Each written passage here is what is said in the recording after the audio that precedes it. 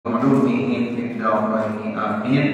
Babun firriddati, ini bab menerangkan tentang kemurtadan.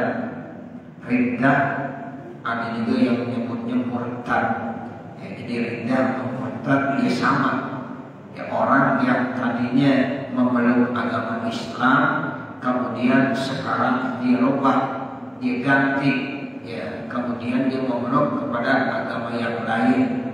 Nah itu disebut dengan murtad. Ada juga orang yang murtad itu ya kelihatannya tidak pindah agama, tetapi karena dari beberapa keyakinannya atau perbuatannya atau perkataannya yang menyimpang daripada agama disebut juga dengan murtad. Ya. Kan ada orang misalnya pindah agama, itu tidak jelas dah. Dari agama Islam misalnya dipindah ke agama Nasrani, agama Hindu, agama Buddha, ya itu udah jelas disebut dengan murtad. Tapi ada juga dia nggak pindah agama, cuma karena dia ya melakukan tiga dari persoalan yang penting, ya baik dari segi etikot, dari segi afal atau dari segi akwal. Nah itu bisa juga jadi murtad. Makanya di beberapa kitab itu dijelaskan bahwa kemurtadan itu dibagi menjadi tiga. Ya, jadi batas-batasnya itu ada tiga macam. Ada orang murtad disebabkan dengan i'tiqad, keyakinannya. Ada orang itu murtad disebabkan dengan af'al, karena dengan perbuatannya. Ya, ada juga orang yang murtad disebabkan karena aqwal, karena perkataannya. Nah itu sumbernya jadi tiga. Walaupun sebenarnya kagak ya masuk ke agama yang lain, cuma dia melakukan salah satu dari tiga macam tersebut, dia murtad juga. Ya, na'udzubillah min dzalik, ya, yang nanti akan dibahas ya, dengan sejelas-jelasnya di sini oleh Imam Syaikhudin Al-Bani. Nah contohnya sekarang ada orang murtad karena i'tiqad, contohnya apa? Asyak billah, ragu tentang keberadaan Allah. Kita ragu, ditanya itu yakin adanya Allah, itu dia saya masih ragu Allah ada ya.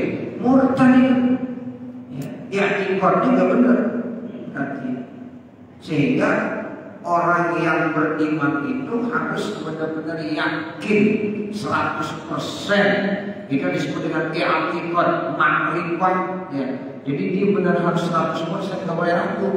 Kalau dia ragu, ya saya masih ragu Tuhan itu sudah ada enggak ya, ragu, murtad ya. Itu dari siapa? I'tiqad.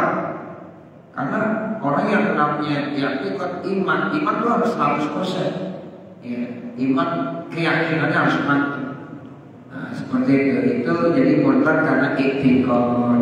Dia ragu tentang keberadaan Allah, atau dia ragu tentang kerasulan Nabi Muhammad. Ditanya Nabi Muhammad emang benar ya diangkat jadi Rasul? Saya masih ragu sampai sekarang. Tuh. Nah itu murtad itu, karena i'tiqadnya nggak benar. Ya itu tentang kerasulan Nabi Muhammad SAW. Atau tentang Al-Quran, itu kan ada ya, isi kandungan Al-Quran. Dibilang saya masih belum yakin ini Al-Fatihah atau termasuk ya bagian daripada Al-Quran atau bukan, ragu nih, itu murtad juga karena itu i'tiqadnya nggak benar. Atau dia ragu tentang adanya hari kiamat. Hari kiamat sebenarnya ada bukan ya, itu saya juga masih ragu tentang keberadaan hari akhir, hari kiamat ya, adanya surga, adanya neraka ya, itu yang begitu-begitu dikata beriman masih ragu, itu namanya murtad dengan i'tiqad. Nah ada lagi orang murtad dengan af'al ya, dengan perbuatan. Nah kalau perbuatan bisa aja dia menyembah berhala, itu bisa gitu. Dia menyembah matahari, dia menyembah ya apalagi yang bukan dengan Allah, itu namanya af'al dengan perbuatan-perbuatannya. Nah itu juga bisa menyebabkan apa? Ya itu kemurtadan. Nah yang satu lagi dengan aqwal, dengan ucapan, seperti seorang muslim ya berbicara kepada orang muslim lainnya, orang muslim dipanggil yang kafir. Orang kafir. Padahal dia orang Islam dipanggil yang kafir. Itu namanya kita murtad dengan sebab omongan kita. Makanya tidak boleh orang Islam manggil kepada orang Islam lainnya dengan kata-kata yang kafir atau orang yang tidak punya agama. Dia orang Islam, orang yang tidak punya agama. Nah itu sama. Omongan itu ya awalnya perkataannya itu menyebabkan kepada kemurtadan. Makanya kata ulama ya ini murtad disebabkan karena 3 yang besar. Karena keyakinannya, karena perbuatannya, dan karena perkataannya. Dan nanti akan dibahas satu persatu. Nah, sekarang dia pengertian murtad terlebih dahulu. Ar-riddatu lughatan ar-ruju. Ridda menurut bahasa itu artinya ar-ruju, kembali. Ya, jadi memakna ridda lughat ya apa sih artinya murtad menurut bahasa ar-ruju, kembali. Wahia dan riddah itu abhasu anwa'il kufri, termasuk jenis kufur yang paling keren. Kufur adalah murtad itu yang paling keren. Jadi abhasu anwa'il kufri. Jadi orang kafir itu jelek, tapi orang murtad lebih jelek lagi. Itu yang dimaksud abhasu anwa'il kufri. Sebab begini man, kalau orang kafir ketika dimasuk Islam itu otomatis amalan-amalan sebelum masuk Islam itu diampunkan Allah. Artinya yuk pernah bersalah. Jadi semua yang pernah dilakukan di hari-hari, di tahun-tahun, di masa-masa sebelum di Islam itu otomatis dengan dia membaca 2 kali bersyahadat diampuni semuanya. Beres, kita berusaha beres. Ya. Tapi beda dengan murtad. Kalau murtad dia murtad selama 1 tahun. Ya kemudian dia istighfar mohon ampun, dia akhirnya masuk lagi ke dalam ayat Islam yang benar, maka selama 1 tahun dia murtad, wajib dikodok. Sholatnya wajib dikodok, kalau puasanya wajib dikodok, kalau dia zakatnya wajib dikodok. Makanya disebut ya murtad itu abhasu anwa'il kufri. Ya makanya kita udah harus yakin tuh agama Islam itu ada agama yang benar. Inna dina indallahil Islam. Bahkan ditegaskan lagi wa may yabtaghi ghairal islami dinan fala yuqbal minhu wa huwa fil akhirati minal khasirin. Siapa-siapa yang memeluk agama selain agama Islam fala yuqbal minhu, maka tidak akan diterima dia. Wa huwa minal khasirin, dia termasuk hamba Allah yang merugi nanti di hari kiamat. Jadi yang akan diterima agama itu hanya agama Islam.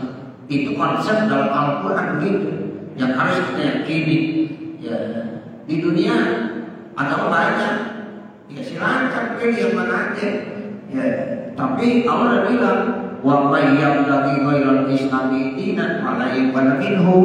Tuh Allah yang bilang begitu. Bahkan Allah bilang inna dina indallahil Islam. Agama banyak di dunia ini macam-macam. Ada agama samawi, ada agama Arabi, ya, macam-macam. Ya, tapi menurut konsep yang ada di dalam Al-Quran, ya inna dina indallahil Islam. Itu begitu. Bahkan siapa yang memeluk agama selain agama Islam, fala yuqbal minhu, itu pakai lam.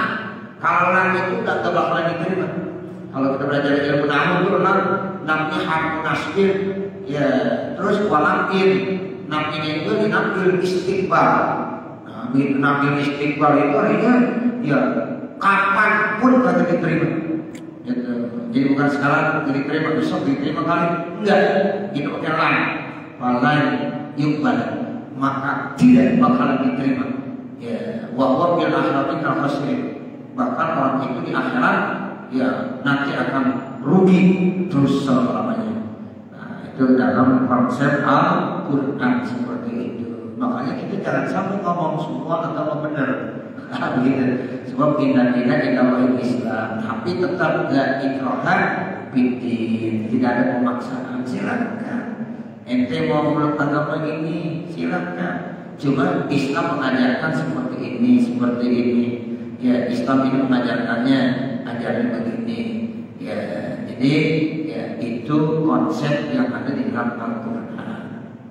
Jadi kalau ada orang riddah, ada orang murtad, itu berarti dia abhasu anwa'il kufri, termasuk ya jenis-jenis kekufuran yang paling jelek.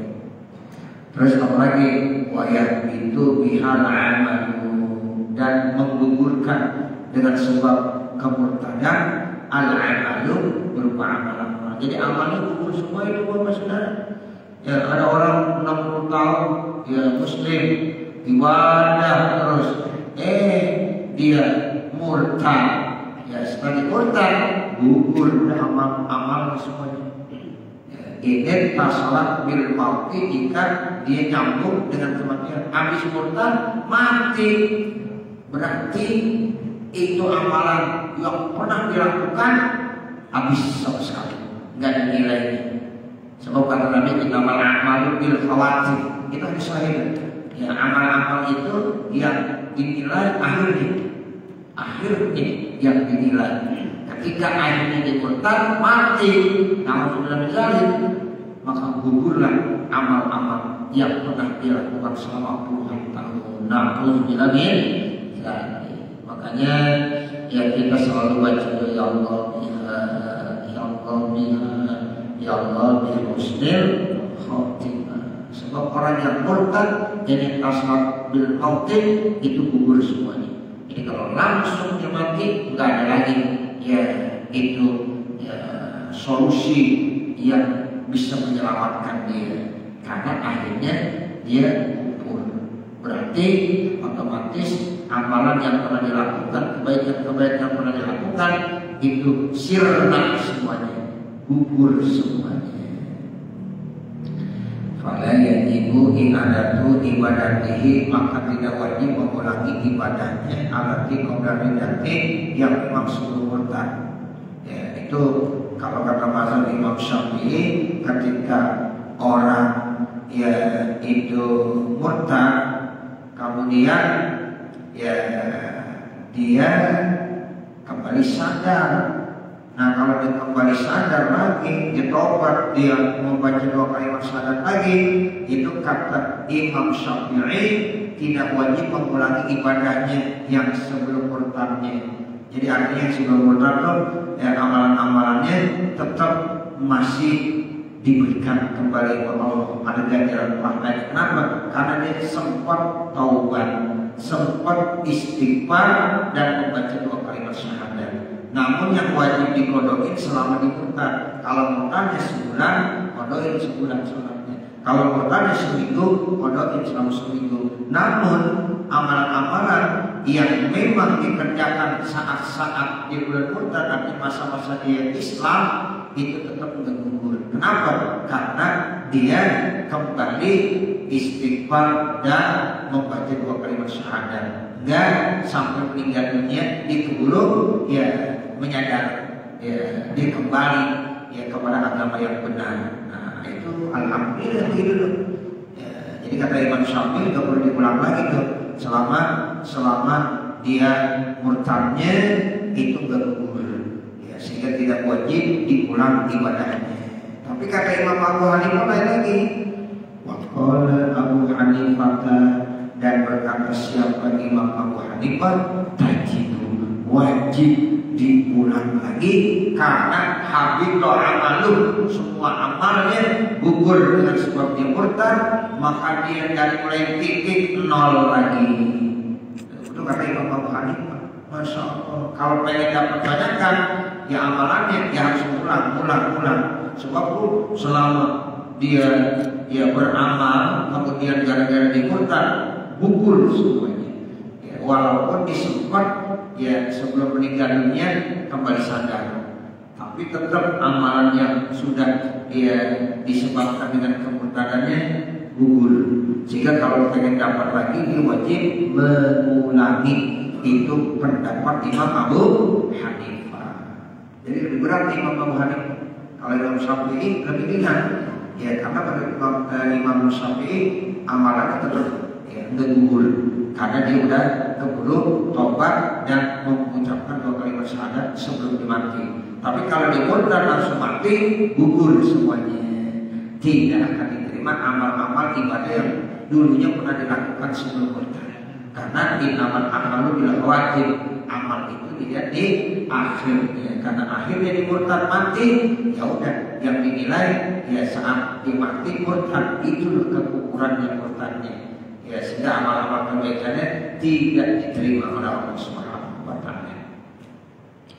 Wasyara'an dan menurut syarak. Sekarang apa sih pengertian murtad menurut syarak?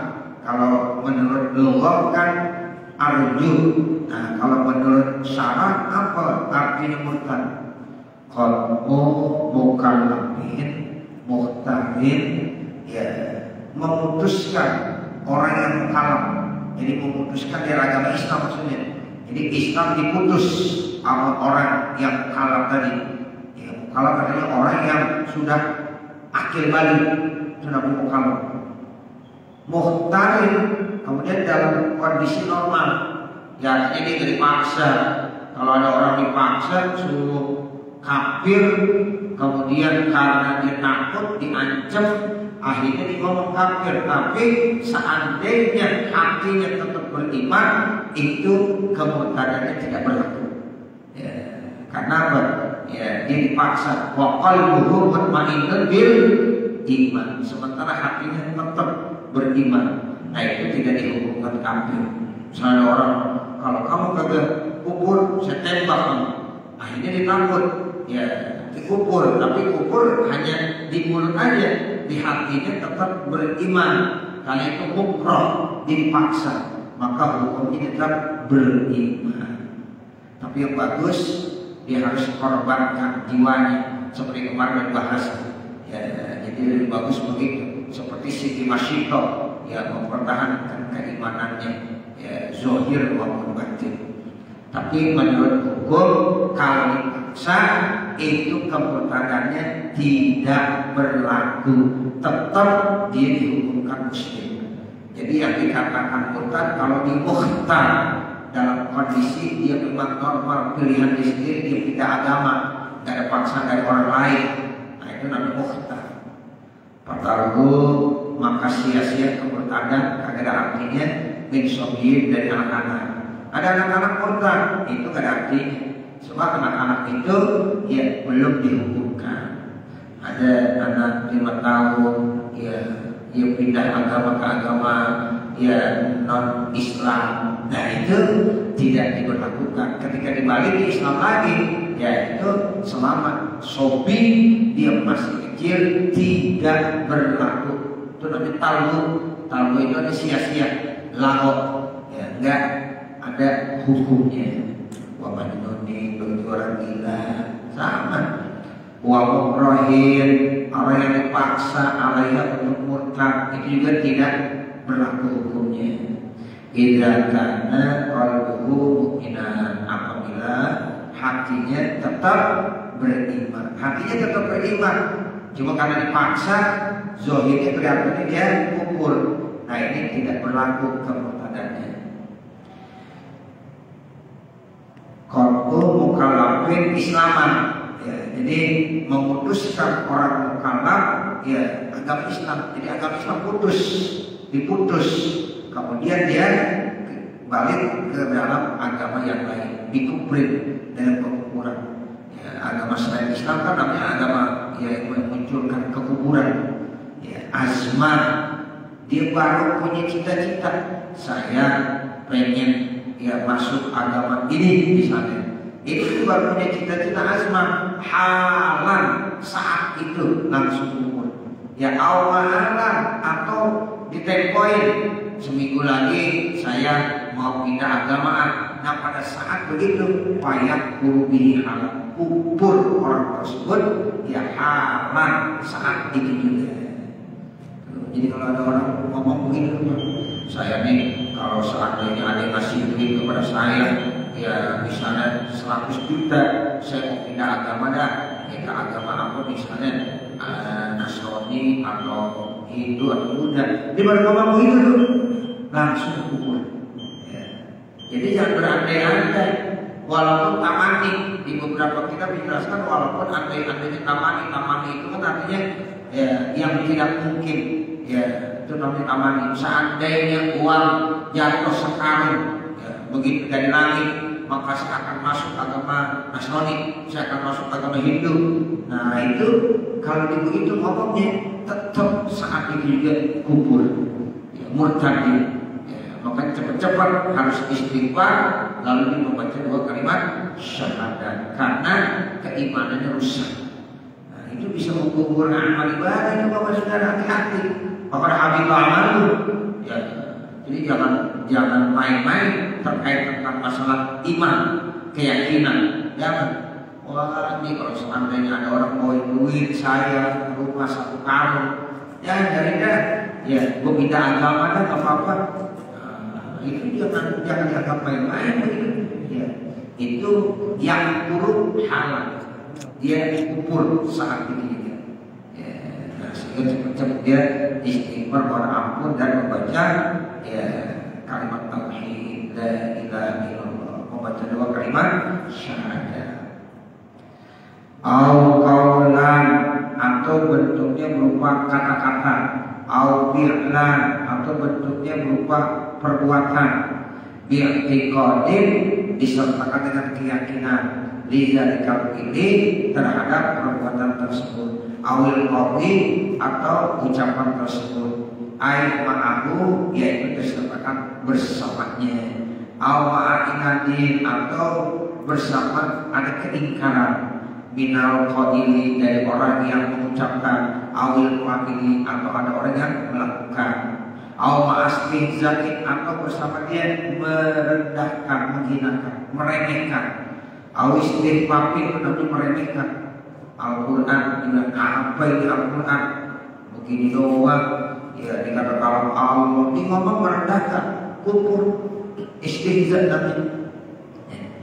Ya, ada orang injak-injak Al-Quran dengan istihza, dengan penuh penghinaan, kufur dia. Itu namanya murtad dengan perbuatan maaf ya istihza ya, seperti itu ya, jadi jangan dilakukan hal-hal yang seperti itu.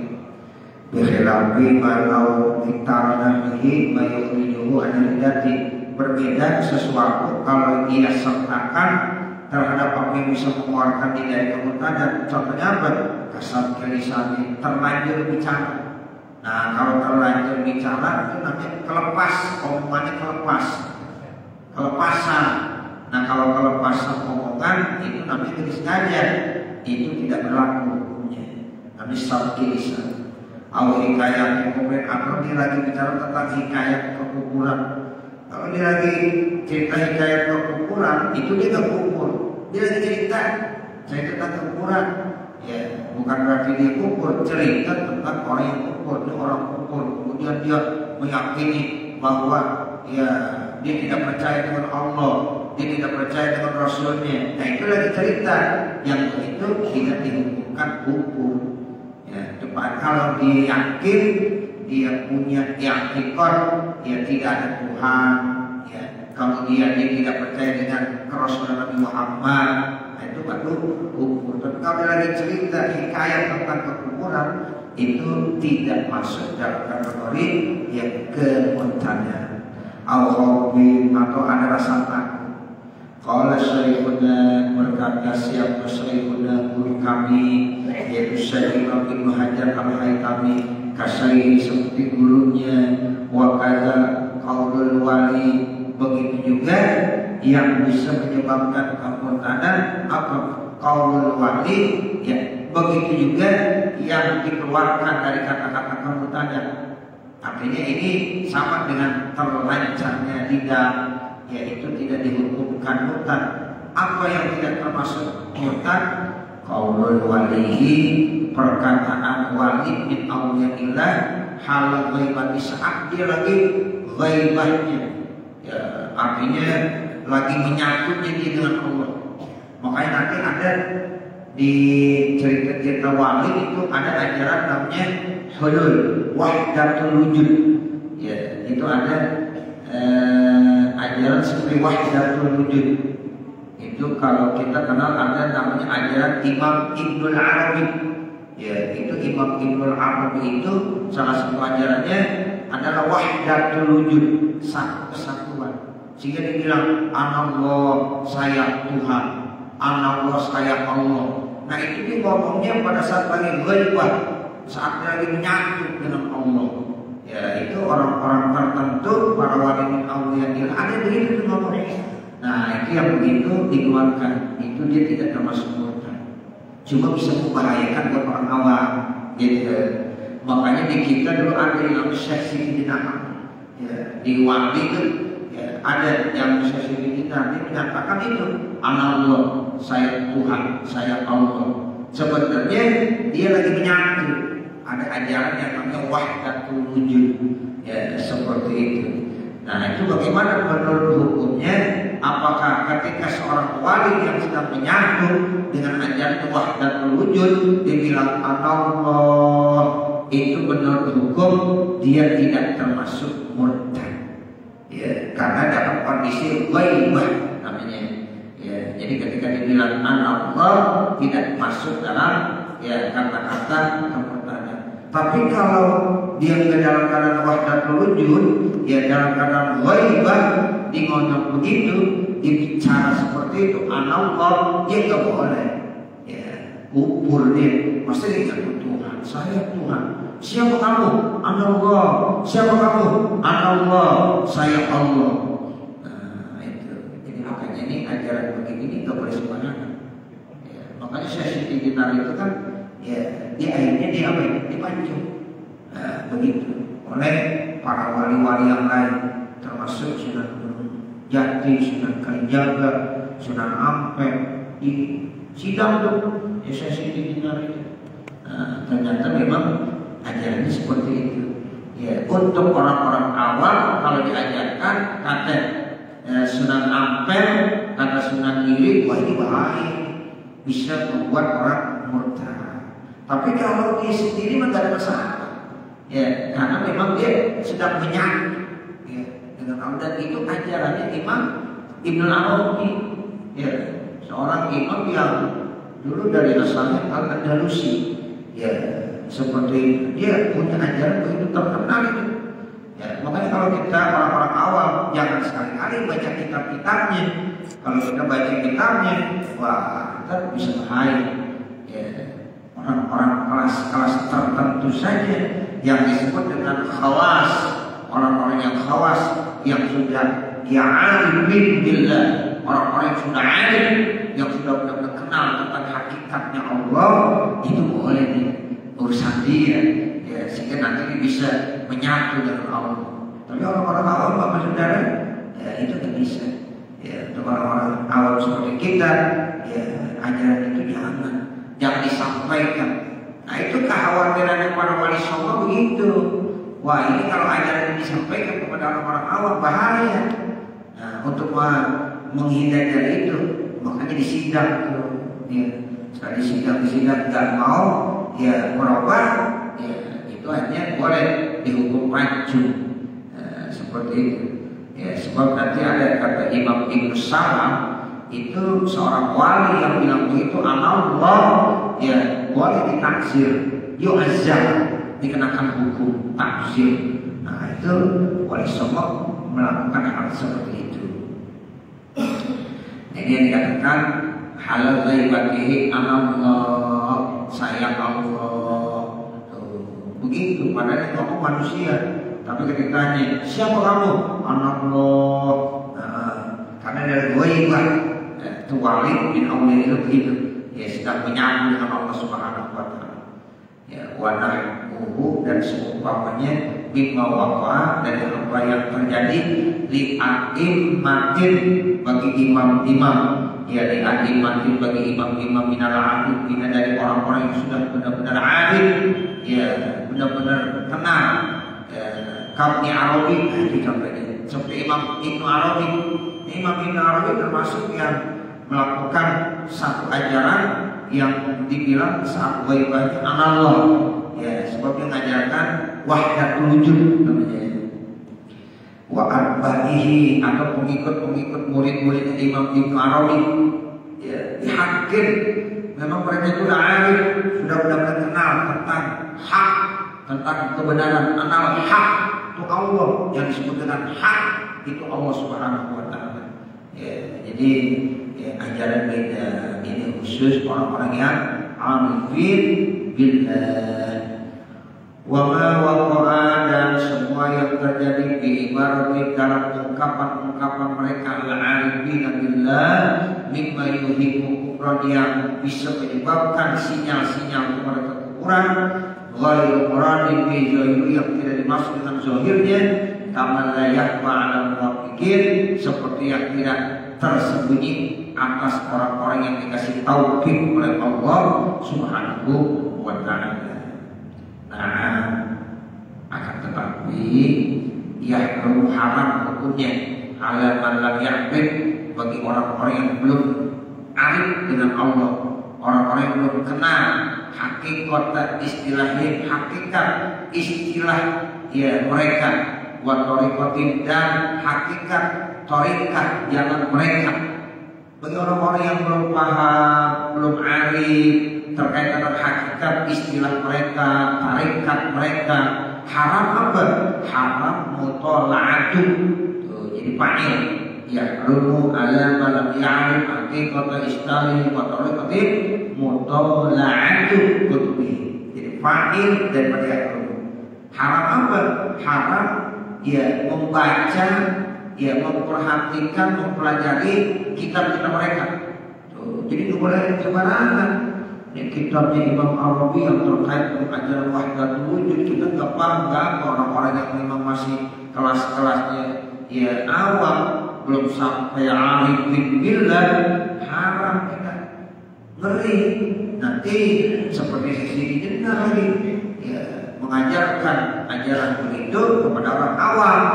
Nah, orang awamnya yang bahaya. Kalau yang paham sih gak ada masalah. Ya, cuma orang yang awam ini. Nah, makanya haram hukumnya kita apa? Mutola'ah, mempelajari, ya, meneliti kitab-kitab mereka. Fa'innaha masilatul qadamin lahu, maka sesungguhnya kalau kita nanti mempelajari kitab mereka, itu akan tergelincir kakinya kepada hal-hal yang tidak benar. Masilatul qadam, jadi artinya kakinya akan tergelincir. Ya, ini maksudnya dia akan terjerumus kepada hal-hal kesesatan. Kemudian apa lagi? Ya, wamin sama, karena dari sanalah dolan kasiruna, mereka itu banyak yang sesat. Iltaru, mereka banyak yang tertipu. Bisa wahirihan dengan zohir-zohirnya. Jadi mereka banyak yang tertipu, banyak yang tergelincir, karena memang mereka bukan orang-orang ya khusus. Mereka adalah orang-orang awam yang belum paham terkait tentang ajaran-ajaran tersebut. Wa qaulu Abdus Salam, dan bermula perkataannya Imam Ibnu Abdus Salam. Ini pendapat Imam Ibnu Salam bagaimana? Yu'zaru waliyun, bacanya gitu. Yu'zaru waliyun, seorang wali mesti dihukum, ditakzir itu dihukum. Yu'zaru waliyun, ditakzir siapa waliyun, seorang wali.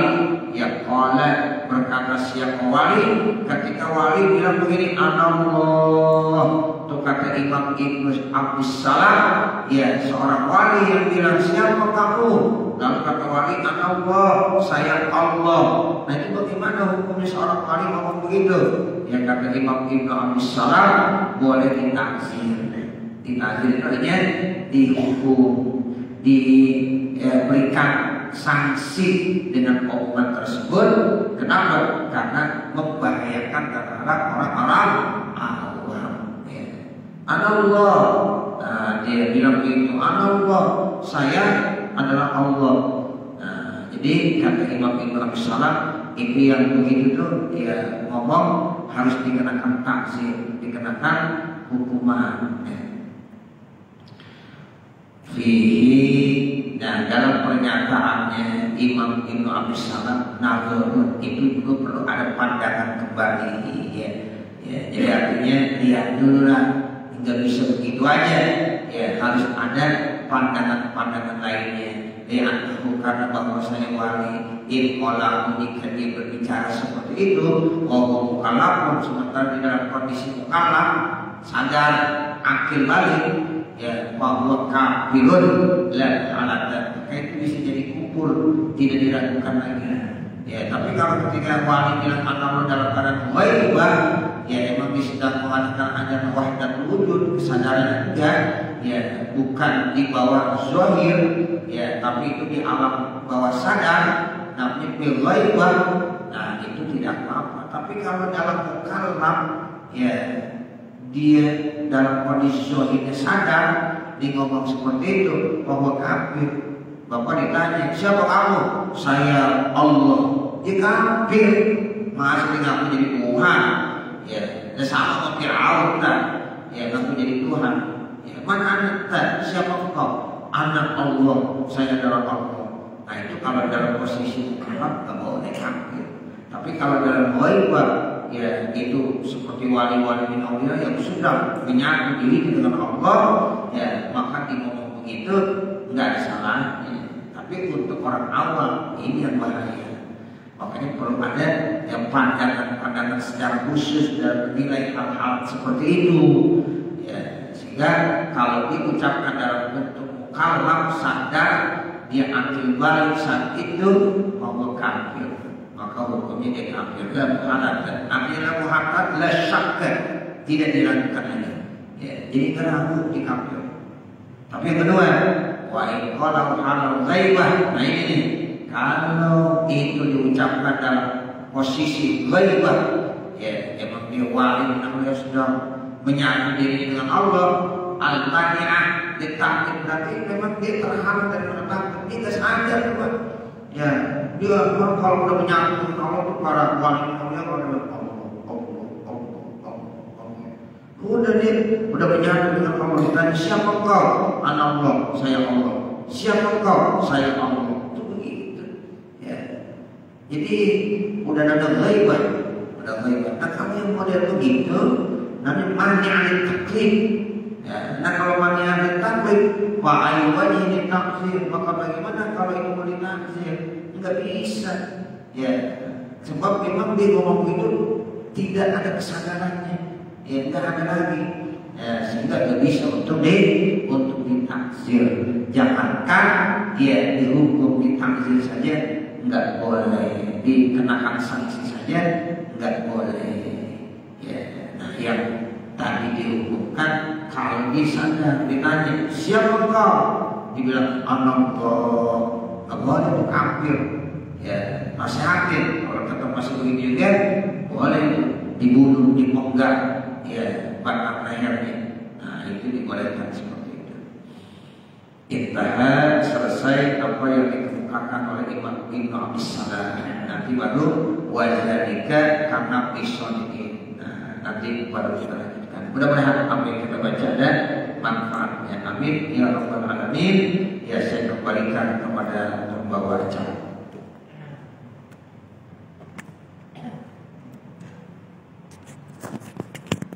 Terima kasih kami ucapkan kepada guru kita yang telah memberikan pencerahan dengan pembahasan kita Fathul Mu'in tadi.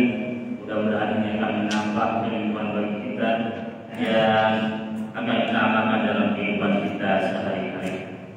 Untuk selanjutnya sebelum kita tutup pembacaan kita dalam bacaan doa, pada kita dengarkan Al-Quran khas pada suatu subuh yang akan dibacakan oleh Bapak Sarban. Kepada yang kami persilakan.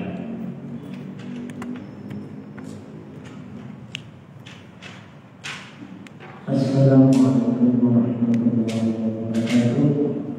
Saya akan menyampaikan laporan nomor 10 dari kelas 4 sampai kelas 10 berjumlah Rp991.000 ditambah saldo yang ada Rp43.170.500, jumlah Rp44.161.500 dikeluarkan untuk dana santunan yatama berjumlah 30 juta rupiah. Untuk santunan yatama 30 juta rupiah. Jadi sisa saldo yang ada pada saat ini yang saya pegang 14.161.500 rupiah. Demikianlah laporan yang saya sampaikan. Saya akhiri, wassalamualaikum warahmatullahi wabarakatuh. Terima kasih kami ucapkan kepada Bapak Sanwani yang telah memberikan kesempatan suku. Dan untuk petugas para pimpinan yang akan datang, pembawa acara Bapak Ustaz Muhammad Agung, pembaca sholawat Bapak Ustaz Faizul Zabari. Dan untuk pengajaran kita dengan membaca doa, mari kami mohonkan pada guru kita untuk memimpin pembacaan doa. Dan saya mohon maaf ada kegelapan. Assalamualaikum warahmatullahi wabarakatuh. Sebelum Bapak para sekalian, perlu saya informasikan terkait tentang pengumpulan uang subuh. Jadi insya Allah nanti pada hari Sabtu di Majelis Ta'lim Kaum Ibu itu akan dilaksanakan santunan yatama, armilah dan duafa. Itu untuk anak yatimnya ada 110 yatama. Menurut informasi dari pengurus Majelis Ta'lim Kaum Ibu, ada 110. Kita memberikan santunannya berupa paket buku plus amplop. Nah itu kita memberikan amplop per orangnya 300.000. Jadi kalau 110 itu udah 31 juta. 31 juta. Belum lagi buku, terus nanti belum lagi armilahnya, doanya yang disantuni. Jadi cukup besar memang. Nah makanya alhamdulillah dengan adanya kita punya kas subuh yang memang dari awal kita niatkan untuk membantu kegiatan santunan yatama pada pengajian hari Sabtu ibu-ibu. Nah ini sudah bertahun-tahun berjalan. Nah jadi untuk sekarang cukup alhamdulillah dari kita bantu. Nah untuk itulah saya mohon ayo terus kita semangat dalam memberikan infak sholat subuhnya. Mungkin yang sholat subuh berjamaah yang tohiri itu alhamdulillah selalu memberikan sumbangsinya untuk kegiatan santunan yatama. Nah untuk itulah makanya terus berapapun setiap subuh kita berikan karena kemanfaatannya cukup besar. Kita kalau nyari uang 40 juta 30 juta dalam waktu singkat itu agak repot. Ini anak-anak yatim kita emang cukup banyak karena memang bukan hanya di wilayah RW kita aja, tapi itu ibu-ibu jangkauannya cukup banyak. Jadi sampai 110. Saya tanya Pak RW 07 itu yatimnya aja cuma 40-an. Di RW 7 tuh saya tanya dari beberapa RT gabungan dengan RW-nya itu cuma 40 orang. Nah kita 110 karena ada dari Kelapa Dua, ada dari kampung kecil, ada Cidodol. Itu mereka yang pada ngaji dan ada keluarganya. Mereka harus sepakat masukkan namanya, datanya terlampir jelas. Nah itu alhamdulillah. Jadi sampai sekarang itu tetap disantunkan. Nah seperti itu. Jadi alhamdulillah Bapak yang sudah memberikan infak saudara tiap subuh. Nah itu uangnya dimanfaatkan untuk santunan yatama. Mudah-mudahan tambah berkah ya Bapak sekalian. Itu aja informasi yang tadi sudah disampaikan oleh Bapak Sanwani. Kemudian yang kedua, ini mengatasnamakan keluarga. Insya Allah hari Minggu keluarga besar orang tua saya Bapak Kiai Asrul Thohir akan melaksanakan acara haul. Nah ini jamaah atau ini kan sebagai tuan rumah maksud saya. Jamaah atau ini tuan rumah, tolong nanti kita ada acara khatam Quran. Khatam Quran itu akan dilaksanakan pada sholat subuh. Ya, sehingga mudah-mudahan kita habis sholat subuh bisa hadir semuanya. Kemudian kita akan membaca Khatmul Quran. Ya, habis sholat subuh kita baca Khatmul Quran sampai selesai. Nah, kemudian nanti kita akan sarapan pagi, nasi uduk. Nah, kemudian nanti baru kita melaksanakan haulnya